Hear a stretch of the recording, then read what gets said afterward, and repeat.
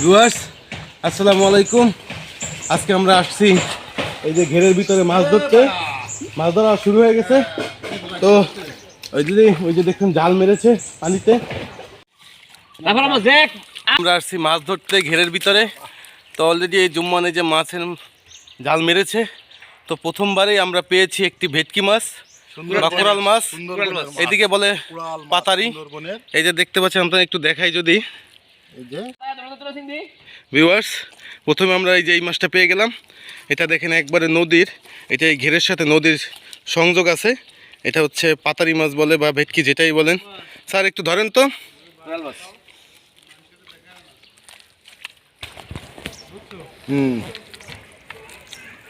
ঠিক আছে, উল্টো হয়েছে।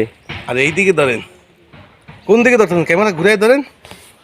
আরে ক্যামেরা এদিকে, ক্যামেরা তো আমার দিকে। ক্যামেরা কই? এই যে, আরে এত আমাদের উঠতেছে। ও দেখেন বুঝছি। হ্যাঁ হয়েছে।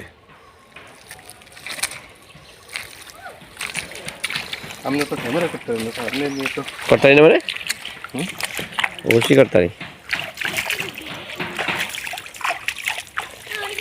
এটা বাড়া যাবে না। এটা হ্যাঁ এটা বাসা পাঠায় দেন। না না সমস্যা নামো, পানি রেখে পানি নেই। মাছ দিয়ে আসবি। শোনো, আমরা অনেকক্ষণ মাছ ধরেছি।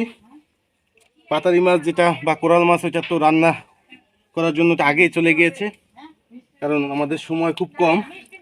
এই দেখেন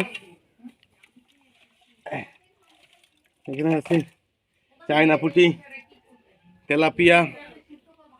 এদিকে আছে এই যে দেখেন বড় বড় চিংড়ি।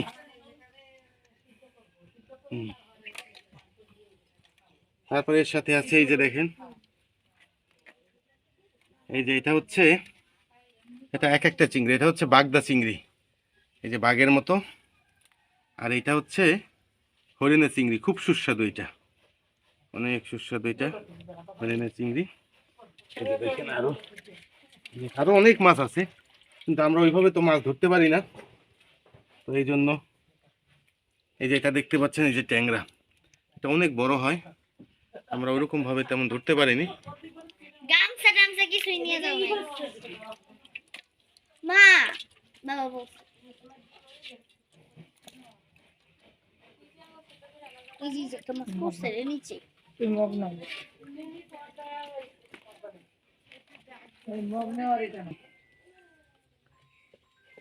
মা মাজুনি, পানিতে ফেলে দিয়েছি। মা মাজুনি। মাছগুলো আমরা এখন বেছে ফেলবো।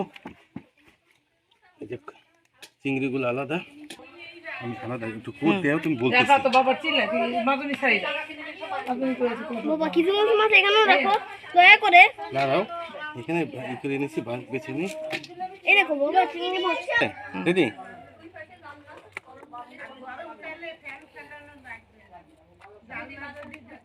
তো ভিউয়ার্স, দেখলেন আমাদের আজকের মাছ ধরা।